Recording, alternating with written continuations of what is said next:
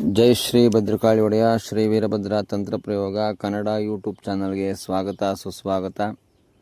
ವೀಕ್ಷಕರೇ, ಇಂದಿನ ಈ ವಿಡಿಯೋದಲ್ಲಿ ನಿಮಗೆ ಪರಿಚಯಿಸುತ್ತಿರುವ ಅತ್ಯದ್ಭುತವಾಗಿರ್ತಕ್ಕಂಥ ಅಮೋಘವಾಗಿರ್ತಕ್ಕಂಥ ಒಂದು ಮರ್ಷ್ಯ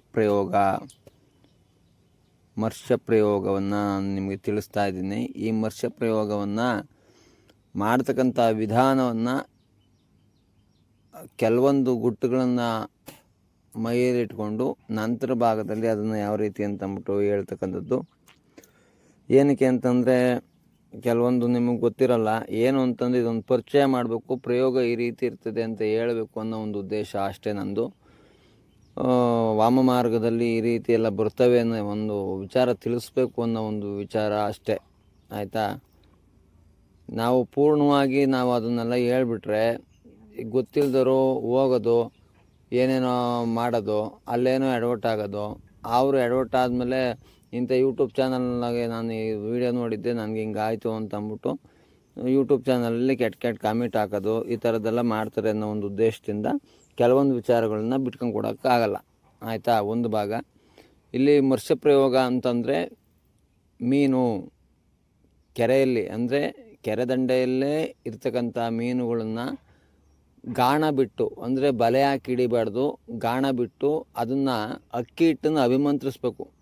ಅಕ್ಕಿ ಹಿಟ್ಟನ್ನು ಅಭಿಮಂತ್ರಿಸಿ ಮತ್ತು ಎರೆಹುಲ್ಲನ್ನು ಅಭಿಮಂತ್ರಿಸಿ, ಎರೆಹುಲ್ಲು ಅಥವಾ ಅಕ್ಕಿ ಹಿಟ್ಟು ಅಥವಾ ಮೊಟ್ಟೆ ನೀವೇನು ಮಿಶ್ರಣ ಮಾಡಿ ನೀವು ಗಾಣ ಬಿಟ್ಟು ಗಾಣದಿಂದ ಹಿಡಿತೀರ, ಆವಾಗ ಅದನ್ನು ಪ್ರಯೋಗ ಮಾಡಿ ಪ್ರಯೋಗದಿಂದ ಅದನ್ನು ಹಿಡಿಬೇಕು. ಅದನ್ನು ಹಿಡಿದು ಮೀನು ಹಿಡಿದಿದ್ದಾದ್ಮೇಲೆ ಅದನ್ನು ಈಚೆ ತೆಕ್ಕಬೇಕು. ಈಚೆ ತೆಕ್ಕೊಂಡು ಯಾವತ್ತೂ ಅಮಾವಾಸ್ಯೆ ನಿಶರಾತ್ರಿಯಲ್ಲೇ ಇಡಬೇಕು. ಅಮಾವಾಸ್ಯೆ ನಿಶರಾತ್ರಿ 12 ಗಂಟೆ ಮಧ್ಯರಾತ್ರಿಯಲ್ಲೇ ಆ ಮೀನನ್ನು ಹಿಡಿಬೇಕು. ಹಿಡಿದು ನಂತರ ಭಾಗದಲ್ಲಿ ಅದನ್ನು ತಗೊಂಡು ಅದನ್ನು ಸಂಪೂರ್ಣವಾಗಿ ಹೊಟ್ಟೆಯ ಭಾಗವನ್ನು ಪೂರ್ಣವಾಗಿ ಕುಯ್ದು ಶತ್ರುವಿನ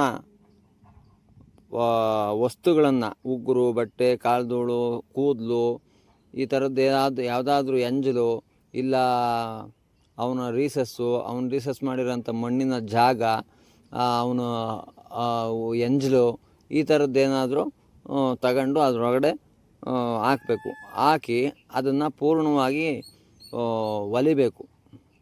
ಏನು ಈಚೆಗೆ ಬರ್ದಂಗೆ, ಯಾವುದೇ ಐಟಮ್ ಹಾಕಿದ್ರೂ ಅದು ಈಚೆಗೆ ಬರ್ದಂಗೆ ಅದನ್ನು ಪೂರ್ಣವಾಗಿ ಒಂದು ಸೂಜಿ ದಾರ ತಗೊಂಡು ನೀಟಾಗಿ ಹೊಳೆದ್ಬಿಟ್ಟು ಅದನ್ನು ನಂತರ ಭಾಗದಲ್ಲಿ ತಿರ್ಗಾ ತಗೊಂಡೋಗಿ ಸ್ಮಶಾನದಲ್ಲಿ ಸಮಾಧಿ ಒಳಗಡೆ ಗುಂಡಿ ತೋಡಿ ಅದನ್ನು ಮುಚ್ಚಿಬಿಡ್ಬೇಕು. ಯಾರ್ದು ಶತ್ರು ಐಟಮ್ಮು ಪ್ಲಸ್ಸು ಇದು ಏನು ಇದರೊಳಗಡೆ ಎಲ್ಲ ಹಾಕಿ ತುಂಬಿರ್ತೀರಲ್ಲ, ಇದನ್ನು ತಗೊಂಡೋಗಿ ಸ್ಮಶಾನದಲ್ಲಿ ಅದಕ್ಕೆಲ್ಲ ಪೂಜೆ ಪುನಸ್ಕಾರಗಳನ್ನೆಲ್ಲ ಮಾಡಿ ಅದಕ್ಕೆ ಕೆಲವೊಂದು ಭೋಗಗಳನ್ನೆಲ್ಲ ಇಟ್ಟು ಹಂದಿ ರಕ್ತವನ್ನು ಬಲಿಯನ್ನಾಗಿ ಕೊಟ್ಟು ಅದನ್ನು ತಗೊಂಡೋಗಿ ಅದರೊಳಗಡೆ ಉಣ್ಬೇಕು. ಉಣಿ 48 ದಿವಸ ಆದಮೇಲೆ ಅದನ್ನ ತೆಗಿಬೇಕು. ಈಚೆಗೆ ತೆಗೆದು ಆ ಮುಳ್ಳುಗಳನ್ನ, ಅಂದರೆ ಇದಕ್ಕೆ ಕೆಲವೊಂದು ಮಂತ್ರಗಳು ತಂತ್ರಗಳು ಇದ್ದಾವೆ. ಆ ತಂತ್ರ ಎಲ್ಲ ಪೂರ್ಣವಾಗಿ ಹೇಳ್ತೀನಿ, ಆದರೆ ಮಂತ್ರಗಳು ಹೇಳೋದಕ್ಕೆ ಆಗಲ್ಲ, ಆಯಿತಾ. ಆ ಮುಳ್ಳುಗಳನ್ನ ತಗೊಂಡು ಅದನ್ನು ತಿರ್ಗಿ ಅಭಿಮಂತ್ರಿಸ್ಬೇಕು. ಅದಕ್ಕೆ ಜೀವಕಳೆ ಕೊಡಬೇಕು, ಪ್ರಾಣ ಪ್ರತಿಷ್ಠಾಪನೆ ಮಾಡಬೇಕು.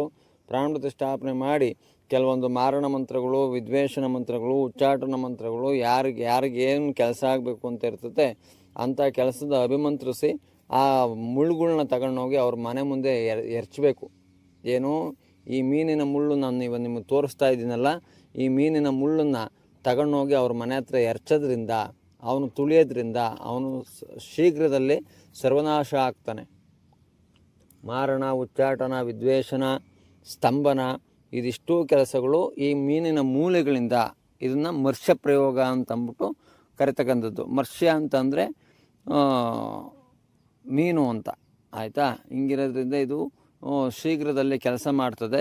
ಆಮೇಲೆ ಇನ್ನೂ ಕೆಲವೊಂದು ಶತ್ರು ಸಂಹಾರ, ಶತ್ರು ಮಾರಣ ಪ್ರಯೋಗಗಳು, ಶತ್ರು ಸರ್ವನಾಶ ಹೋಮಗಳು ಇಂಥವೆಲ್ಲ ಮಾಡಬೇಕಾದ್ರೆ ಇಂಥ ಎಲುಬುಗಳು, ಮುಳ್ಳುಗಳು, ಕೆಲವೊಂದು ಕಾಡಂದಿ ಮುಳ್ಳು, ಆಮೇಲೆ ಕಾಡಂದಿ ಕೂದಲು ಅಥವಾ ಕಾಡಂದಿದು ಪಾಪಸ್ ಮುಳ್ಳು ಇಂಥವು, ಆಮೇಲೆ ಈ ಕಳ್ಳಿಗಳು, ಇಂಥವೆಲ್ಲ ಸೇರಿಸಿ ಅದನ್ನು ಹೋಮಕ್ಕೆ ಹಾಕೋದ್ರಿಂದ ಅವನು ಸರ್ವನಾಶ ಆಗ್ತಾನೆ. ಶತ್ರು ಸಂಹಾರ ಹೋಮಗಳು ಮಾಡಬೇಕಾದ್ರೆ ಇಂಥವೆಲ್ಲ ಬಳಸ್ಕೋಬೋದು. ಆಯಿತಾ? ಇನ್ನು ಇದರಿಂದ ಏನೇನು ಉಪಯೋಗ ಅಂತಂದರೆ ವಶೀಕರಣನೂ ಸಹ ಇದರಲ್ಲಿ ಮಾಡ್ಬೋದು. ವಶೀಕರಣ ಪ್ರಯೋಗಕ್ಕೆ ಕೆಲವೊಂದು ಇನ್ನೂ ಪದ್ಧತಿಗಳು ಚೇಂಜ್ ಆಗ್ತದೆ. ಆ ಪದ್ಧತಿಗಳು ಏನು ಅಂತಂದ್ಬಿಟ್ಟು ಮುಂದಿನ ಒಂದು ದಿನಗಳಲ್ಲಿ, ಮುಂದಿನ ಒಂದು ಕಾಲಘಟ್ಟದಲ್ಲಿ ತಿಳಿಸ್ಕೊಂಡು ಕೊಡ್ತೀನಿ. ಅಲ್ಲಿವರೆಗೂ ಧನ್ಯವಾದಗಳು. ಜೈ ಶ್ರೀ ಭದ್ರಕಾಳಿ ಒಡೆಯ. ಓಂ ನಮೋ ವೀರಭದ್ರಾಯ. ಅತ್ಯಂತ ದಯಾಳುವೆ.